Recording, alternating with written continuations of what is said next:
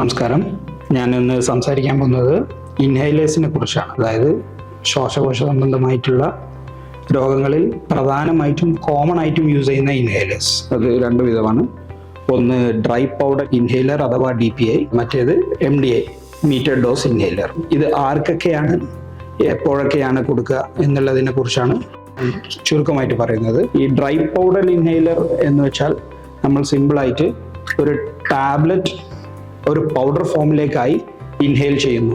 ഇത്ര ഇതിൻ്റെ വർക്ക് ചെയ്യുന്നുള്ള ബേസിക് അണ്ടർസ്റ്റാൻഡിങ്. വെറാസ് മീറ്റർ ഡോസ് ഇൻഹെയിലർ ആകുമ്പോൾ അതിലൊരു പ്രൊപ്പല്ലൻ്റ് ഉണ്ടാവും. ഈ പ്രൊപ്പല്ലൻ്റ് ഈ മരുന്ന് പുഷ് ഔട്ട് ചെയ്യും. അപ്പോൾ ഇത് രണ്ടും തമ്മിലുള്ള വ്യത്യാസം എന്ന് വെച്ചാൽ ഡ്രൈ പൗഡർ ഇൻഹെയിലർ രോഗി പൂർണ്ണമായും ശ്വസിച്ച് ഉള്ളിലേക്ക് എടുക്കണം. അതായത് രോഗിക്ക് അതിൻ്റെതായ ശ്വാസകോശത്തിലുള്ള ശക്തി ഉണ്ടാവണം, അത് വലിച്ചെടുക്കാൻ. അതായത് ഇതിലൊരു ടാബ്ലറ്റ് ഇടുന്നു, ഇത് പ്രസ് ചെയ്യുന്നതോടുകൂടി അത് പൗഡർ ഫോമിലാവുന്നു, വായിൽ വെക്കുന്നു, ശക്തിയിൽ ഉള്ളിലേക്ക് എടുക്കുന്നു, എന്നിട്ട് അത് ഹോൾഡ് ചെയ്യുന്നു. ആ മെഡിസിൻ ലങ്സിൽ എത്ര നേരം രോഗിക്ക് ഹോൾഡ് ചെയ്ത് നിൽക്കാൻ പറ്റുമോ അത്ര നേരം ഹോൾഡ് ചെയ്ത് നിർത്തി മൂക്കിലൂടെ ശ്വാസം വിടുന്നു. ഇതാണ് ഡ്രൈ പൗഡർ ഇൻഹേലർ ഉപയോഗിക്കുന്ന രീതി.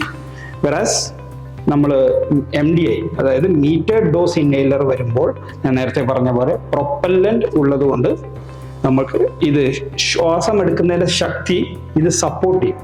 അതായത് ഇത് തന്നെ ഇത് പ്രൊപ്പൽ ചെയ്ത് വിടും. ലൈക്ക് എ സ്പ്രേ, ലൈക്ക് ഈ രീതിയിൽ പ്രൊപ്പൽ ചെയ്ത് വിടും.